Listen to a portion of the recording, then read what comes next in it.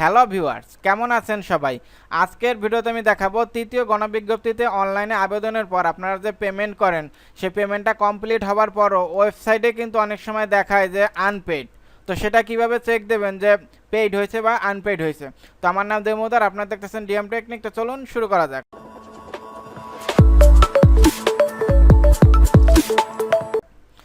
তো সেজন্য সেই পুরানো লিঙ্ক যেটা nja.telecheck.com এখানে ঢুকবেন। তো লিঙ্কটা আমি ভিডিওর ডিসক্রিপশনের নিচে দিয়ে দেবো। সেখান থেকে যাবেন রিকোয়ারমেন্ট সাইকেল 3-তে, এখান থেকে যাবেন অ্যাপ্লিক্যান্ট লগ ইন, এখান থেকে যাবেন অ্যাপ্লিকেশন স্ট্যাটাস। তো এখানে আপনারা যে কোনো একটা অ্যাপ্লিকেশন আইডি দিলেই হবে। এখানে একটা অ্যাপ্লিকেশন আইডি দেবেন আর দেবেন আপনার ফোন নাম্বার।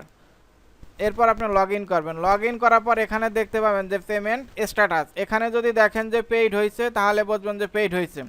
আর যদি দেখেন আনপেইড হয়েছে, যে ধরেন আপনার টাকা ঠিকই কেটে নিয়েছে কিন্তু অনেক সময় সার্ভারের প্রবলেমের জন্য আনপেইড থাকে, তো এখানে যত সময় পেইড না আসবে তত সময় কিন্তু আপনি চয়েস অর্ডার দিতে পারবেন না। সো এটা চেক দেবেন যে পেইড হইলো কিনা। তো এই ছিল আমার ভিডিও। এটা বুঝতে যদি আপনাদের কোনো সমস্যা হয় তাহলে অবশ্যই কমেন্ট করবেন, আমি রিপ্লাই দেবো। ভালো থাকবেন সবাই, নিজের খেয়াল রাখবেন। Thank you, bye, take care.